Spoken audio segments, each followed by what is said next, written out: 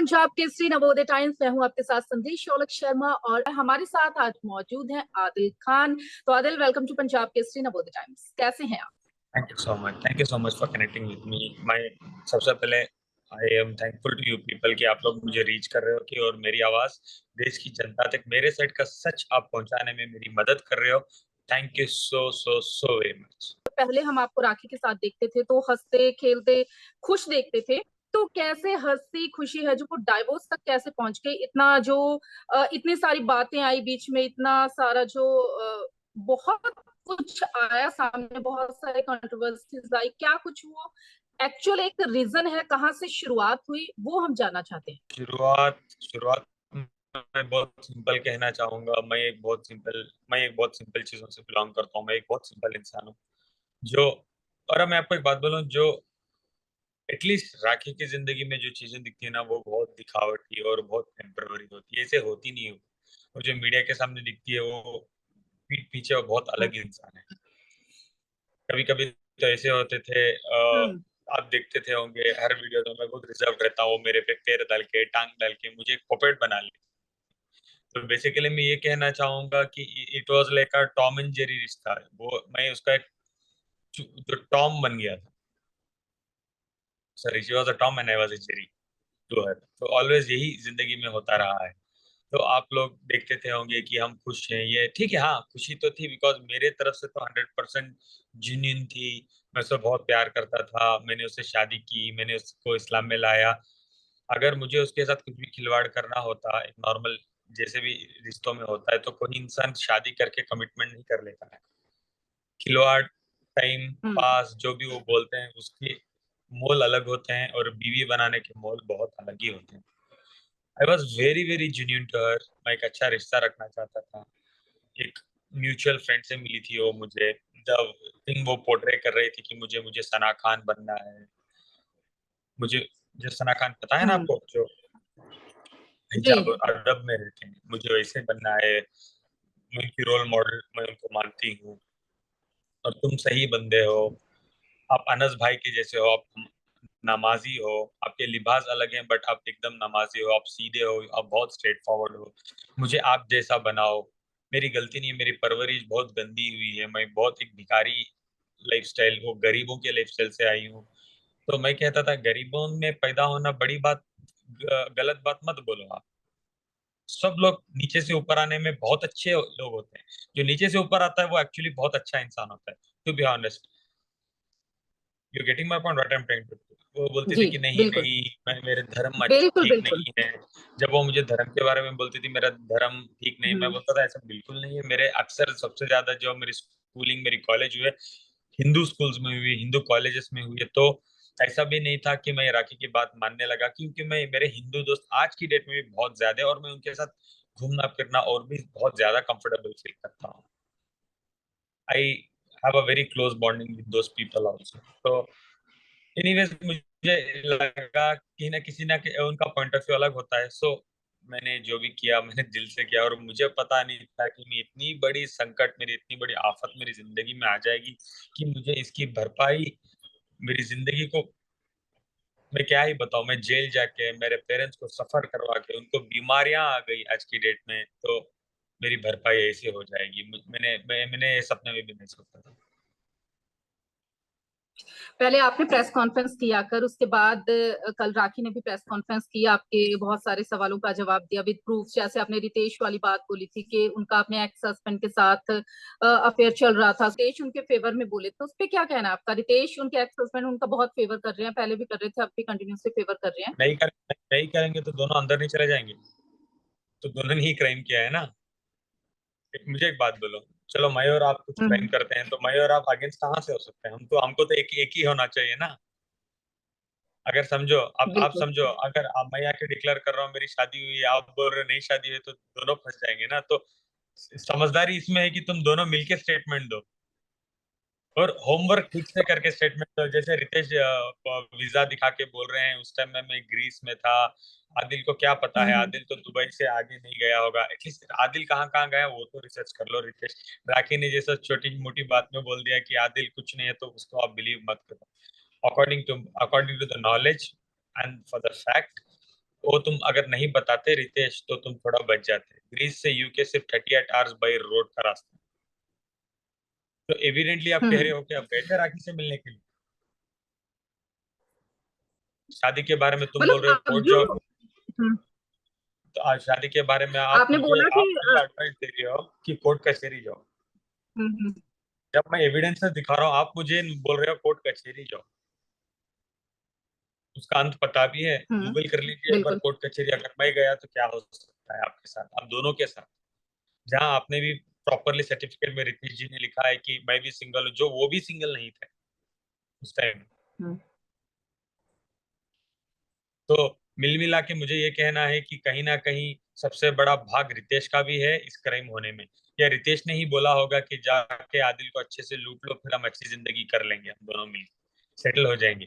तो इत्तेफाक तो होता है ना रितेश के बारे में इतने गालियां देना, आदिल के साथ ब्रेकअप हुआ भी नहीं कि इतनी सारे पॉजिटिव बातें करना रितेश के बारे में। रितेश बहुत अच्छा है, रितेश मेरा खास दोस्त है, रितेश के साथ लगातार वीडियो कॉल्स होना। कहीं ना कहीं आप लोगों को नहीं लगता है कि एक ट्रैप था जिससे जिसने इन्होंने पहले से ही प्लान किया था और इतना सब मेरे से किया गया और एक दूसरे के साथ आज वो वापस से दोस्त हो गए। बिल्कुल। अच्छा, एक कल उन्होंने जब प्रेस मीट की थी, प्रेस कॉन्फ्रेंस हुई थी, तो उन्होंने एक इंसिडेंट बताया था जिसमें आपके एक फ्रेंड ने आपको और उनको एक रूम में बंद कर दिया था, लॉक करके चले गए थे, उर्फी जावेद, और एक और एक्ट्रेस का नाम लिया था कि वो उस चीज के गवाह हैं। तो क्या कुछ हुआ था वो प्रॉपर उन्होंने एक्सप्लेन किया, तो उसके बारे में क्या कहना है? उन्होंने बताया कि उर्फी जावेद तक उस चीज के गवाह हैं। उर्फी जावेद अगर वो चीज के गवाह हैं तो प्लीज आप उनको इनवाइट कीजिए, उनको पूछिए कि ये बात क्या है। मैं वो नहीं बता पाऊंगा बिकॉज उसमें मैं नहीं था कि उर्फी जावेद ने राखी को क्या कहा। I do not know about उनका कन्वर्सेशन। और मैं इतना लेम इंसान हूं नहीं कि जैसे राखी बोलती है कि ये स्टोरी वो स्टोरी में स्टोरी बना नहीं सकूंगा। आप बेटर आप उनसे एक बार पूछ लीजिए। जहां तक मुझे नॉलेज है ये कुछ भी ऐसा नहीं हुआ। और आपको लगता है राखी इतनी हल्की फुल्की और इतनी मासूम है कि कोई उसको दरवाजे के पीछे डाल के उसको लॉक लगा दे और राखी सावंत अंग चूहे की तरह या बिल्ली की तरह बैठ जाती है कहीं जाके? मुझे तो नहीं लगता, बिल्कुल नहीं लगता और देश की जनता को भी नहीं लगता होगा। और खुद आपको एज ए जर्नलिस्ट आपके दिल में जब ये जवाब मिल रहा होगा आप जुबान में नहीं ला सकती हो। बस आरोप लगाओ तो कुछ अच्छे लगाओ कि अच्छा, एटलीस्ट एक लोगों को एक दिन सच लगे, एक दिन के लिए सच लगे। आप आरोप ऐसे मत लगाओ कि दूसरे सेकंड में आपको कमेंट्स आ रहे हैं उस आरोप पे। एक जगह आपने बात की थी माँ बनने वाली, कि वो माँ नहीं बन सकती, का रिएक्शन भी आया था, उन्होंने बोला था, काफी ज्यादा इमोशनल हुई, वो डॉक्टर के पास तक गई थी। उस पे क्या कहना है? उस पे लोग कहीं ना कहीं इमोशनली राखी के साथ अटैच जरूर हो रहे हैं कि माँ बनने वाली बात नहीं होती। ठीक है, इमोशनल बात तो है ही। देखो, माँ बनना एक इस दुनिया का सबसे प्यारी चीज है, बहुत सेंसिटिव चीज है, बहुत बहुत बहुत बेहतरीन रिश्ता होता है माँ और एक बच्चे का। खुद मैं एक माँ का बच्चा हूँ। बिल्कुल। मेरी माँ उसकी माँ की बेटी है, वो जो मेरी नानी है। मैं इस परिवार से जुड़ा हूँ, मेरी बहन है। तो वो मोल मैं मुझे पता है कि वो क्या होते हैं। ठीक है, coming to that point now. जब राखी के यूट्रस का कुछ प्रॉब्लम चल रहा था, जब हम डॉक्टर वीना शिंदे के पास गए हम्म। थे, हम उनसे मिले थे, जब उन्होंने साफ साफ बोला था कि हम सर्जरी करना बहुत इंपॉर्टेंट है, आपको प्रॉब्लम ये 3-4 साल से है राखी, तुम दवाई लेके इसको सिर्फ पुश कर रही हो और एज के हिसाब से आपको प्रॉब्लम्स हो रहे हैं because you are almost 50 years old. तो हम लोगों ने क्या किया, हम्म। देखो as a husband, as an husband मेरी जिम्मेदारी बनती है कि अगर डॉक्टर बोल रही है कि करो तो मैं ये नहीं बोल सकता कि चलो डॉक्टर अभी काट दो और कर दो। एक प्रॉपर जो रेस्पॉन्सिबल अगर एक हस्बैंड होता है तो उसका काम क्या होता है, एक दो और डॉक्टर से वो कंसल्ट करता है। am I correct? बिल्कुल। आपके परिवार में भी तो यही करते होंगे आपके बड़े लोग। अगर कुछ प्रॉब्लम है तो एक दो और डॉक्टर से कंसल्ट करें, उनकी फिक्र होती है। तो मैंने सारे काम वाम छोड़े, तो बिल्कुल। मैं बिल्कुल। राखी को एक और डॉक्टर के पास कंसल्ट करा, दो डॉक्टर के पास हमने प्रॉपरली कंसल्ट किए। एक थे मलाड में थे, एक डॉक्टर हमने कंसल्ट किए, एक थे जोगेश्वरी में।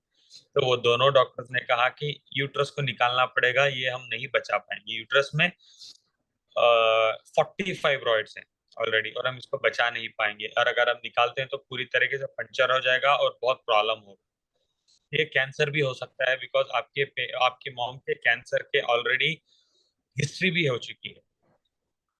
तो हम लोगों ने, जैसे वीना मैम एक ही थी कि उसने बोला था कि मैं कट करके मैं ट्राई करूंगी बचाने के लिए, वरना निकालना पड़ेगा, लेकिन उनका एक शब्द था कि मैं ट्राई करूंगी बचाने के लिए। तो हमें लगा कि वो ठीक है, हम्म। तो वी वेंट बैक टू हर।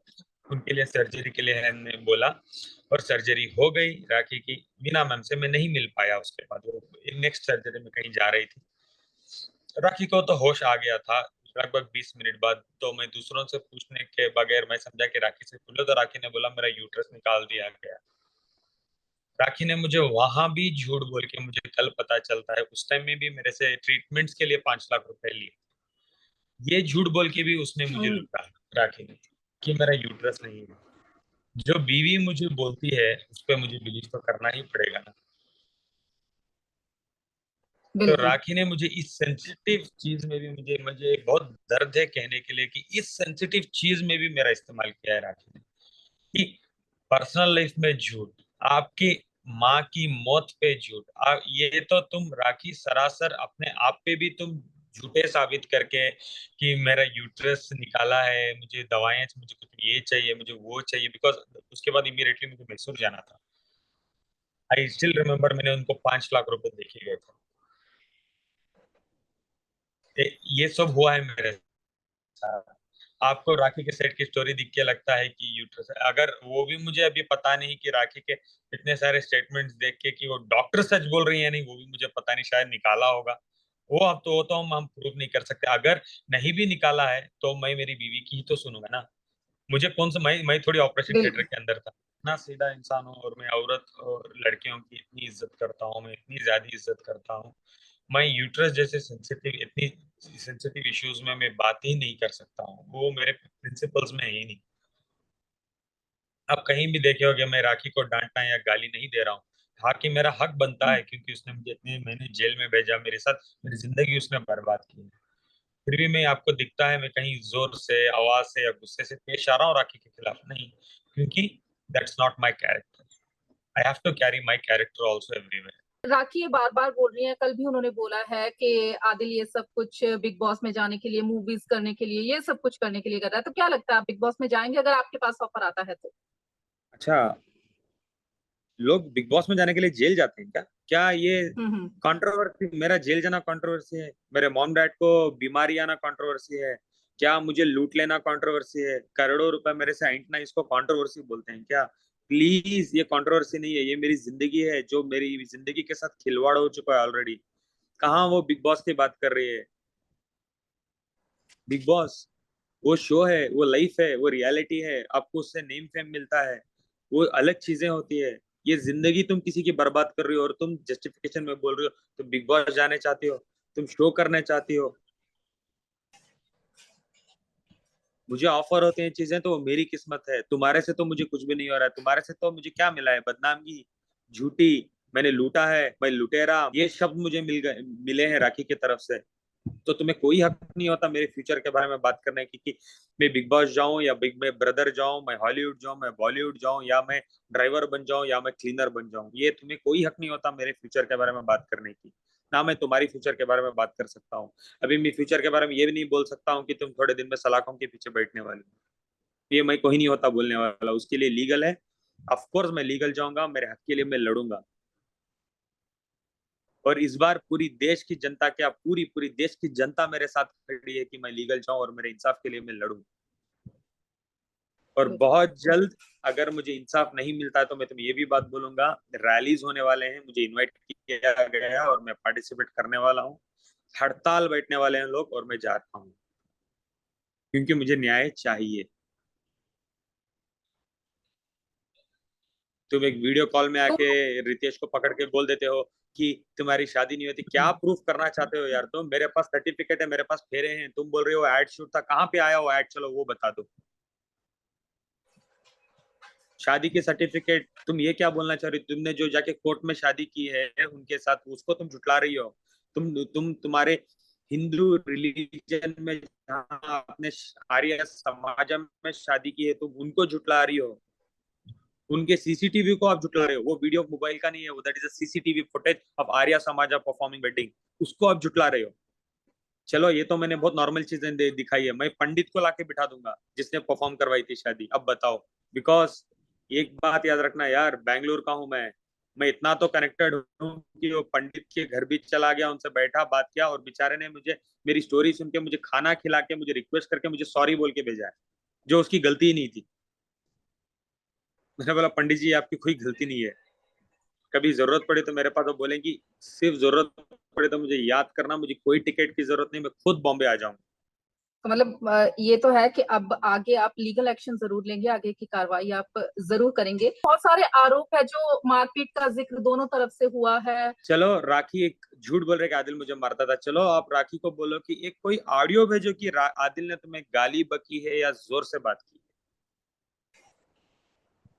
कभी भी मेरी जिंदगी में ना ये भी शब्द नहीं आता कि राखी बैठ जा, मैं कभी भी बोलूंगा राखी बैठ जाइए। यही मेरी तमीज है, हर हमेशा सबके साथ। और बीवी जिंदगी की सबसे अनमोल और प्यारी चीज होती है, तो उसके साथ इंटू 100 टाइम्स आप ऐड कर लो, मैं इतना प्यार से रहता था, इतना ज्यादा प्यार।